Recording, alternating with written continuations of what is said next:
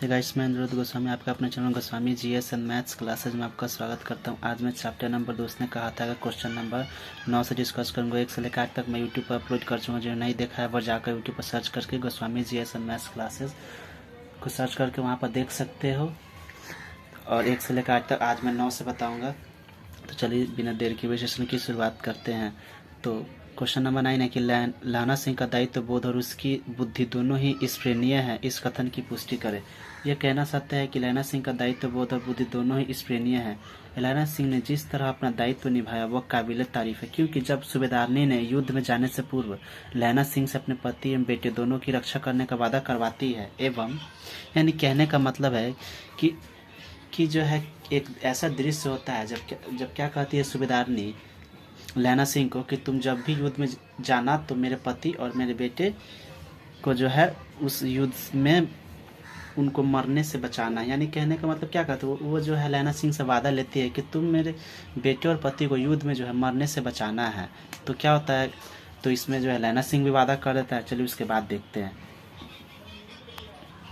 यानी बदले में लैना सिंह अपने बचपन के प्यार के प्रति सहानुभूति दिखाता है। यानी क्या करता है, अपने बचपन का प्यार जो किसी समय बचपन में चौक पर मिले हुए होते हैं, तो उस प्यार को निभाने के लिए क्या करता है, वो उससे वादा भी करता है। और भले ही क्या करता है, सिंपैथी दिखाते हुए कहता है उससे कि पति और बेटे की रक्षा करते हुए अपने प्राणों की त्याग कर देता है, जो उसके द्वारा किए गए सर्वश्रेष्ठ दायित्व है जो वह सूबेदारनी के प्रति निभाता है। यानी कहने क्या मतलब होता है कि लैना सिंह युद्ध में जाने से पूर्व जब उससे मिलता है सूबेदारनी से, तो एक तो वो अचानक मिलकर काफ़ी एक तरह से कहा जाए तो आश्चर्य हो जाता है।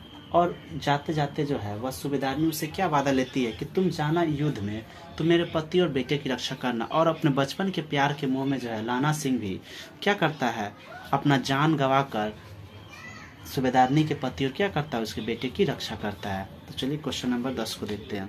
यानी प्रसंग एवं अभिप्राय, यानी क्या कर सप्रसंग व्याख्या करना है। मृत्यु के कुछ समय स्मृति बहुत साफ हो जाती है, जन्म भर की घटनाएं एक एक करके सामने आती है। बहुत दृश्यों के रंग साफ होते हैं। समय धुंध में बिल्कुल उनसे उठ जाती है। समय की धुंध क्या होती है, बिल्कुल उनसे उठ जाती है। कहने का क्या मतलब है, तो चलिए देखते हैं। सबसे पहले प्रस्तुत पंक्ति चंद्र शर्मा गुलेरी द्वारा लिखित उसने कहा था पाठ शीर्षक से लिया गया है। इस पंक्ति का आशय बड़ा ही भावुकता के साथ जुड़ा हुआ है। जब लड़ाई खत्म हो जाती है तो लैना सिंह को अपने 12 वर्ष की अवस्था याद आने लगती है। अमृतसर शहर के चौक पर दही वाली दुकान पर वह क्या करती है, उस लड़की से मिलती है। यानी उस समय वो 8 साल की लड़की से कुरमाई, यानी वो क्या करती है, वो 8 साल की लड़की से मिलती है। और वो क्या होती है, जिसका कुरमाई यानी सगाई हो गया रहता है, जो क्या करती है कि धत कह कर देने वाली जवाबें उनको बहुत याद आ रही है। और क्या तब वो लड़की की बात उन्हें याद तब उस लड़की की याद उन्हें याद नहीं आ रही थी, लेकिन जब एक मृत्यु नजदीक आने लगती है तो सारी बातें उन्हें याद बनकर चेहरे के सामने आने लगती है। अर्थात सारे दृश्यों के रंग क्या होते हैं, अर्थात कहने का मतलब है कि सारे दृश्यों के रंग साफ हो जाते हैं। कहने का क्या मतलब है कि जब कोई व्यक्ति मरने की अवस्था में होता है तो होता यह है कि वह अपने लाइफ में क्या किया है, उसका जो है बचपना कैसे बीता है। यानी कहने का मतलब है हर तरह के सुख एवं दुख के पल जो है मरने के समय आंखों के सामने आ जाते हैं। यही बात यहाँ पर लेखक बता रहे हैं कि जब लैना सिंह मरने वाली अवस्था में होते हैं तब क्या होता है कि वह याद आता है उनको कि जब किसी समय सूबेदारनी से वह दही वाले दुकान पर क्या करती है, सूबेदारनी से उनकी क्या होती है, मुलाकात होती है। यानी लैना सिंह की मुलाकात जो है बचपन में ही एक दही वाले के दुकान पर उस धत कहकर करने वाली लड़की से होती है। और जिनसे ये क्या करते हैं, बड़े ही प्यार से पूछते हैं कि क्या तेरी कुरमाई हो गई। तो वो लड़की भी इनसे बड़े प्यार से कहती है कि हाँ देखो, ये जो मैं दुपट्टा अपने ऊपर जो है लगाई हुई हूँ, यानी दुपट्टा ओढ़ी हुई हूँ, ये किस चीज़ का प्रतीक है कि मेरा जो है सगाई हो गई है। तो इस बात को सुनकर भी काफ़ी वो दुखी हो जाते हैं लैना सिंह। कहते हैं कि काश इसकी सगाई ना होती, ऐसा विचार उनके मन में आता है कि काश इसकी सगाई नहीं हुई होती। और क्या करता है लैना सिंह, काफ़ी आश्चर्य हो जाता है और काफ़ी दुख हो जाता है।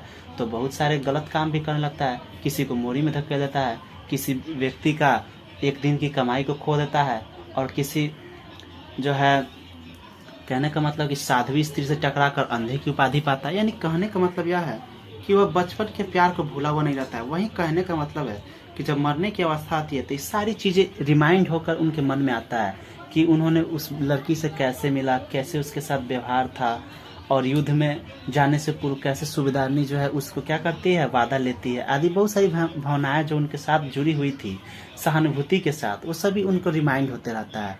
तो बेसिकली क्वेश्चन का आशय यही है, आप इसको देख लो और इसको लिख लेना। कहा है कि आपके घर में यह आम खूब फलेगा, चाचा भतीजा दोनों ही बैठकर आम खाना, जितना बड़ा भतीजा है उतना ही यह आम है। जिस महीने उसका जन्म हुआ था उस महीने मैंने ही उसे क्या किया था, लगाया था। यानी प्रस्तुत पंक्ति चंद्र शर्मा गुलेरी द्वारा लिखी, उसने कहा था कहानी से ली गई। लहना सिंह बुरी तरह से जख्मी है, उसका अंतिम समय क्या हो गया, निकट आ चुका है। ऐसी अवस्था में वो अतीत की भविष्य की स्मृति में क्या हुआ, उलझा हुआ है। अतीत और भविष्य की स्मृति में उलझा हुआ है। कभी उसे अतीत की घटना याद आती है तो कभी भविष्य की कल्पनाएं उसे क्या करती है, झकझोर कर रख देती है। ऐसे ही कल्पना करते हुए वजीरा सिंह से कहता है कि इस बार आषाढ़ के महीने में यह आम खूब फलेगा, तुम और तुम्हारा भतीजा बैठकर खूब आम खाना। यह आम का पेड़ मैंने उसी महीने लगाया था जिस महीने तेरे भतीजे का जन्म हुआ था। यह आम का पेड़ तेरे भतीजे के बराबर अब हो गया है।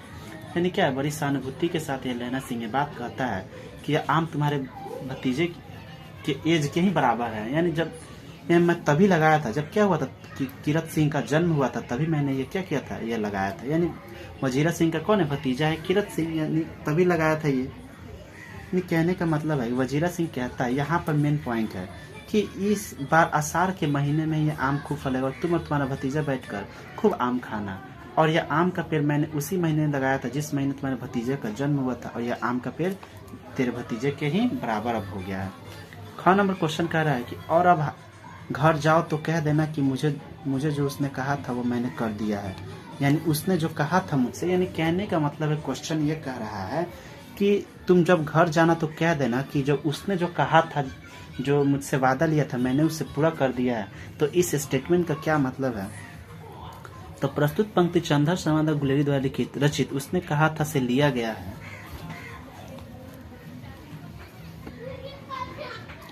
तो सूबेदारनी ने लहना सिंह से एक दायित्व सौंपा था, जो कि मैंने आपको बता ही दिया था कि वही सब चीज़ है कि उसने कहा था कि सूबेदारनी ने लहना सिंह को एक दायित्व सौंपा। उसने पति और बेटे के प्राणों की रक्षा करना। लहना सिंह ने उन दोनों ने जान बचाकर उसे पूरा किया। उसने घायल होने के बावजूद उन दोनों की गाड़ियों को भेज दिया और खुद वहीं रह गए। जब सूबेदार अपने बेटे के साथ जान लगे तो लहना सिंह ने उनसे कहा था कि वह घर जाओ और कहना कि उसने जो मुझसे कहा था मैंने उस चीज़ को पूरा कर दिया। ये बातें तो सूबेदारनी ही उससे वादा लेती है कि जब तुम युद्ध में जाना तो मेरे पति और मेरे बेटे की रक्षा करना। तो ये क्या कहता है, यह कि तुम जाना, यह कहता है कि तुम जाना घर पर तो ये जरूर कहना कि जो उसने कहा था, यानी सूबेदारनी ने मुझसे जो वादा लिया था मैंने उसे अच्छी तरह से पूरा किया है। यही लेखक इस स्टेटमेंट के माध्यम से कहना चाह रहे हैं। लास्ट क्वेश्चन है, कविता का केंद्रीय भाव बताना है, कहानी का केंद्रीय भाव बताना है। चलिए देखते हैं। उसने कहा था कहानी में लेखक ने लहना सिंह के निश्चल प्रेम को क्या किया, दर्शाया। लहना सिंह ने उस लड़की के बचपन में कई बार एक ही बार पूछा कि तेरी कुर्माई हो गई, और लड़की ने धक करके वहां से भाग जाती है। इससे यह साफ होता है कि लहना सिंह के दिल में उस लड़की के लिए प्रेम था, और वो प्रेम निश्चल इसलिए था क्योंकि लहना सिंह ने उस लड़की द्वारा लिए गए वचन को अपना समझकर क्या किया, अपने वचन को अपना समझकर अपना प्राण तक क्या किया था, अपने प्राण तक की भी आहुति दे दी थी। यानी बेसिकली जो कहानी है वो अमर प्रेम पर आधारित कहानी है कि कैसे उसने कहा था, ये शब्द पर पूरे कहानी घूम रहा है कि एक वादा के चलते वो क्या करता है कि सूबेदारनी द्वारा दिए गए वादा के चलते जो है वो अपने प्राण को की आहुति देता है एवं उसके बदले में उसके पति एवं बेटे की रक्षा करता है, जो क्या इस कविता का केंद्रीय भाव है। यह आपके एग्जाम में तो पूछा नहीं जाता है, बाकी जो मैंने पहले बताया ये सब पूछा जाता है। तो hope you guys like this video आपको अच्छा लगे तो प्लीज़ लाइक शेयर और हमारे channel Goswami GSM maths classes को सब्सक्राइब कर दीजिए। कल मैं इसका ऑब्जेक्टिव लेकर आऊँगा, तो ऐसे ही हमारे चैनल पर बने रहें और हमारे चैनल को सब्सक्राइब कर दें। कल मैं आपसे चैप्टर नंबर 3